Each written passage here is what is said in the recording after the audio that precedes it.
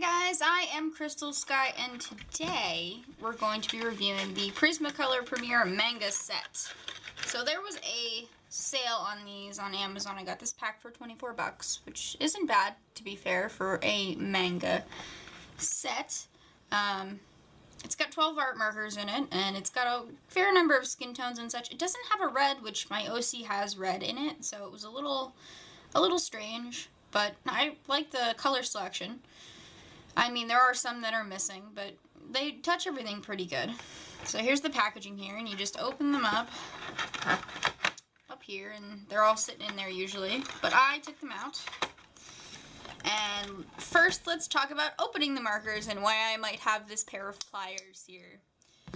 So this marker, let me see, yep, 72.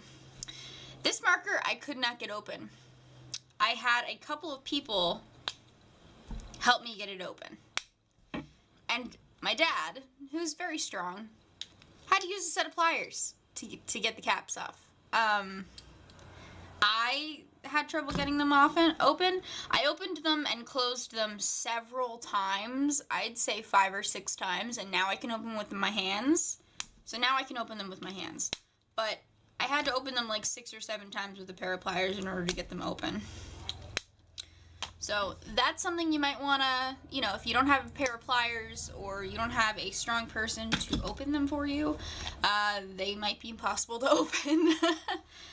So there are 12 markers here, and I did some swatches.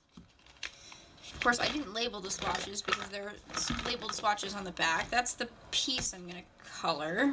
Where the heck did the swatches go? Oh, here they are. Sorry about that.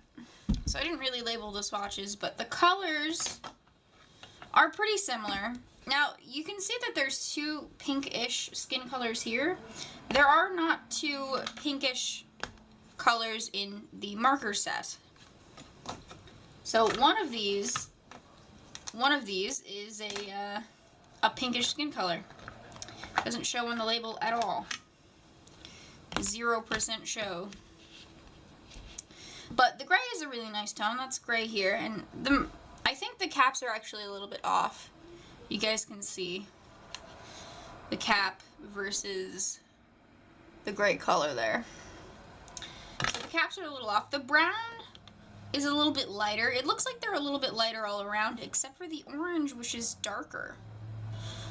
Let's see.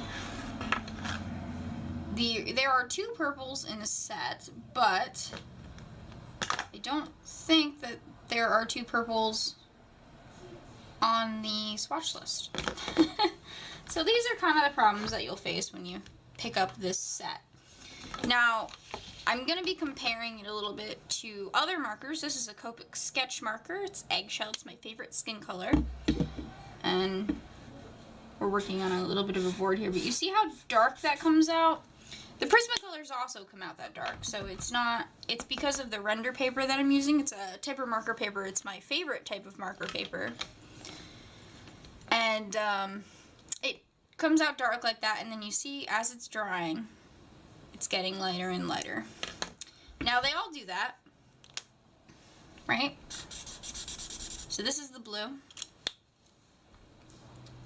And you'll see that both of these colors will get lighter and lighter as we sit here and watch them dry. Literally watch paint dry. The Yahoo markers, which are significantly cheaper, I got all of these for 20 bucks. Now, I got 12 for 20 bucks, and I got all these for 20 bucks. These are the Yahoo markers that I like, that are, they're cheap. I'm trying to find a skin color. There we go. It's kind of hard sometimes to find the skin color. Let me do a thing here. So this is like a skinnish color in the Yahoo markers. It's kind of starting to dry out because I use it so often. But I've had them forever, and they're not refillable, and I don't think the Prismacolors are either. So, non-refillable markers, 24 bucks. I'm not upset with how much I paid. This is a Winsor & Newton one I got for cheap. I got for $1 at the store. We'll just compare them all while we're here. So the Winsor & Newton one didn't really dry, or didn't really come out too well. I got it for $1, so the tip's a little bit broken. But as you can see, as we sit here, they dry and they become a different color, which is nice. But now, okay, so we compare the colors. The colors that lay down for the Copics and the Prismacolors are pretty similar. The Uhuhu markers, you can tell, come out a little bit more blotchy and a little bit more dryish, and the Winsor & Newton one that I have as well. So let's now compare tips. So the Winsor & Newton Premier, the Prismacolor Premier, has a really big, thick chisel nib here. And I did this was done with the Prismacolor. And I was able to get in there real thin with the chisel nib, but I could also do big layers like this. So the chisel nib's pretty nice. I don't like how big it is, honestly. Like, it's a really big nib. But it's a chisel nib. I like the way that it lays down from the chisel nib. And then on the other end, there is a bullet nib. A really tiny bullet nib, actually. So you guys have seen my swatches. Like, it's a really tiny bullet nib, right? So those are the two ends on that. Obviously, the Copic sketch marker and the Copic Chow markers have this beautiful brush nib that's just absolutely gorgeous. And then the chisel nib, which I actually like a lot better because it's tiny, and I would have been able to fill this in without getting too much of a mess everywhere with the chisel nib. I guess I need to refill this again because it's starting to dry out. Then we have the Uhuhu markers, which have the bullet nib almost exactly like the Prismacolor, except it's a little bit bigger. Let me show you guys. That's the wrong nib. There's no indication on here which side is which, so I'd be opening them all wrong. As you can see, the nib is a little tiny bit longer on the Prismacolor, but on the Uhuhu it's shorter and fatter. So that's the difference there. The Uhuhu markers, again, are significantly cheaper, and, you know, they're bullet nibs. They're nice. I'm not a big crazy person about which nibs are which. So on the Winsor & Newton, they've got a bullet nib that's pretty similar. Longer, even. So it's probably... Let's compare the Winsor & Newton. They're about the same. The Winsor & Newton's actually longer. Longer and a little bit fatter on the Winsor & Newton. So these are pretty thin bullet nibs all around. And then the chisel tip, which is actually a little broken on mine, on the Winsor & Newton. So those are all the nibs. Those are all the comparisons. I like the color. I like the color selection. Besides the fact that there's no red, I like the brown and the green and everything like that. They chose really nice colors. But again, the color lays down blotchy in some places. But it lays down about the same as the Copic sketch marker with the chisel nib. So, I mean, look at that. It's beautiful. Again, the other markers come in. This is the Uhuhu, significantly cheaper, very blotchy. The Winsor & Newton, very blotchy. So, yeah. So, now I'm going to do, this was done, this is a little sketch I did with the Prismacolors. And I do want to say that they don't move any of the pencil lines. I look for that when I look for markers because I like to draw, I like to sketch, and then fill it in with markers without having to line it or anything like that. And I went over the lines several times just to test, and it came out just fine. So now we're gonna do a finished piece here. I lined this not too long ago. It looks like I missed some lines actually, which is very like me. But we're gonna go in with the Prismacolors only and color in this piece. And then on the next page, I'm gonna work with all the other markers and see if they blend together and stuff like that. Alright, so speed paint, go! Alright guys, post-production Crystal here. So I did this in speed kind of paint style, and the reason for that is because I wanted to do a voiceover of what was happening at the time. So how I color with markers especially, I use watercolors and colored pencils more than markers, but when I do color with markers, I use the big bulky and to lay flat color because it's much easier to lay flat color with the chisel tip. And then I go in with the bullet or brush nib and add the shadows, and then I overlay. So what that means is I'll put the shadow in with the bullet nib, and then I'll go back over with the chisel nib for the whole area that was colored. And here I do that with some portions, and other portions I don't. So when you overlay from the shadow, when you go back over with the chisel nib, it obviously makes the color darker. And in some portions I didn't do that because I wanted to have the lighter color there. So I'm just going in with this skin color. This is the skin color that was really hard to open. And it did take me, I think it took me half an hour to do this. So not that long for considering it's the first time I'm ever using these markers. Some of the shadows I'm not a huge fan of, but I don't know, I think I did it right. Anyway, the way the markers work, they work pretty well with the bullet nibs in general. They're really easy to use, but the chisel nibs are, because of how bulky they are super hard to use. With the chisel nib, I do end up going out of the lines pretty often, and I don't know, I'm just not a fan of the weird chisel nib that comes with this marker. I really like the bullet nib. The bullet nib's alright. I mean, it's not brush nib, but it's a good bullet nib, just like the Uhuhu markers.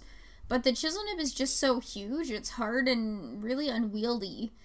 Sometimes I have to turn it to get like a smaller area, and I find problems when I have to go back over a certain area, but as long as it's wet, if you're going back over a certain area almost right away to lay a flat color, it works fine.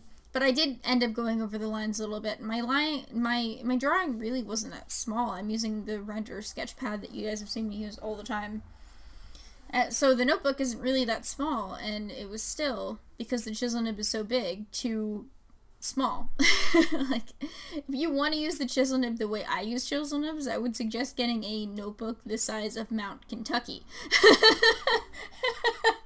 Anyway. So the chisel nib is really, really big and unwieldy, but I really like the way the colors overlaid with each other. Now, these are just Prismacolor on Prismacolor.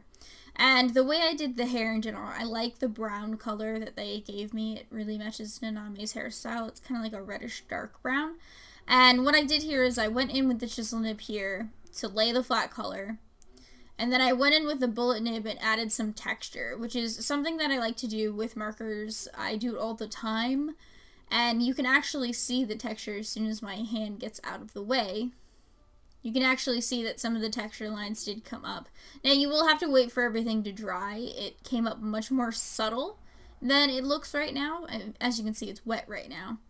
So it was definitely much more subtle in this picture. And then as it dried, you can almost see it's like disappearing ink. They didn't have a red, so I went in with a dark pink for the mouth, for the tongue, which is fine. It's fine. But I really like the way the green color matches everything. It feels like the colors really work together. And as you can see with the hair now, the texture came out really light and nice, and I'm a big fan. So let's talk quickly about the color overlay, if you overlay the same color over and over again. So what I did here for the shadows on the robe, I added the color in bullet, and then I just went over it really hard. Like, I pushed down really hard on the edge of the bullet nib. And it actually came out with a pretty good shadow, which I'm a big fan of. As you can see there, I'm actually having trouble laying down the color with how big that chisel nib is. It's very pointy on the end, so when you're layering it, if you're not doing it completely to the side, it's really impossible and really unwieldy. So my hand for that chisel nib is strong. The Copic chisel nib is so much better. Even the Uhuhu one is just a better chisel nib in general. It's not as huge. So here I go with the bullet nib into the robe there. And it's not a very dark shadow, but it is a shadow, and it does look fairly good. It doesn't look awful. So that's a good thing about these markers. I also did the shoe, and I had to do it with the I did it with the chisel nib, and then as you can see, I went over the line on the top of the leg there. So what I did for the background was I took the orange and I wanted to see how the colors would overlay on top of each other if I just did a flat color and then let it dry for like a second or two and then go in with different colors. And I did get some really cool effects with that. And I also wanted to see how the Chisel Nib looks like, because of how big it is, it looks like it's made for doing really big pieces of flat color. And it just, I don't know, I'm not a fan. I'm just not a fan. You can even see it's coming in streaky. Like, I'd have to do it, like, over and over again for a big area like this. And it's not very big. Like, this notebook, the sketchbook is not huge, but I mean, it's like a fairly good size, and it just comes in really weird. So I use all these different colors on the background. Sometimes I just take the Chisel Nib and do, like, a rainbow style thing. Other times I draw little butterflies and hearts. And I think my favorite was the yellow color. The butterfly that I drew with the yellow color intermingled with the orange, and it turned out to give the yellow butterfly little orange stripes. And it turns out really, really cute. I'm a really big fan of that. So not this one, I think the second butterfly that I draw. So I wanted to have just like this cool background, and I was able to attain that with these markers, which is super cool. So that's a good thing about it. As you can see, though, the Chisel Nib is really hard to get any sort of little designs or when you're coloring in between, because as you can see there, I went on the robe. But just take a look at how the markers intermingle on top of each other, even though it's a little bit dry. I drew some stuff, and I think some of them turned out really good. Again, you have to wait for everything to dry, so at the end you can judge how everything looks. But the shadows on the skin did go a little bit too far light. I'll probably have to go back over them if I did a final piece of this.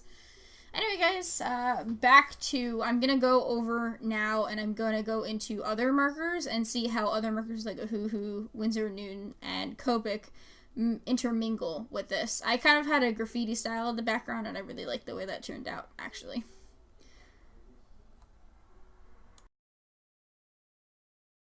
Okay, so now that we know what these markers can do on their own and how they overlay with each other, let's go see how they overlay with different things.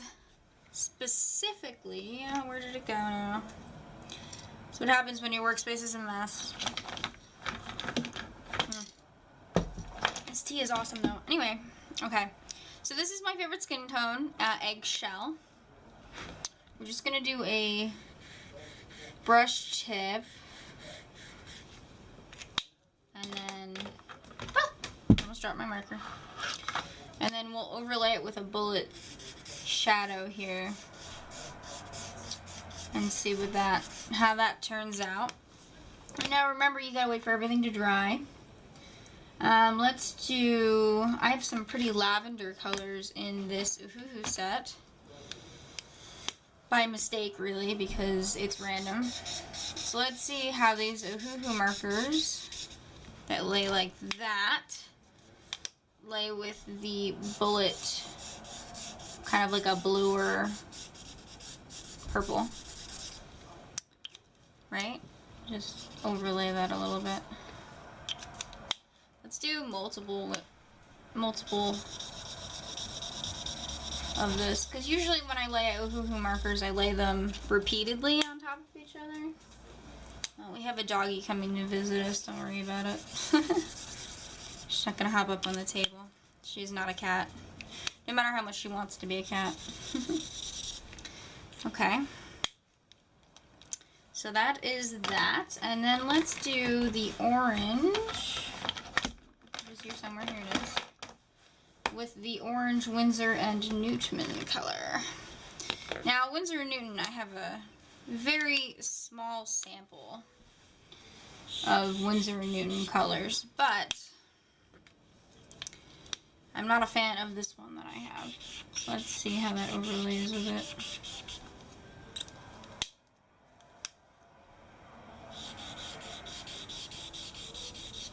Now, I've only been doing wet on wet. I don't think I'm going to do dry on dry, because sometimes not even my Copics work with dry on dry to blend. So I always do everything when it's wet.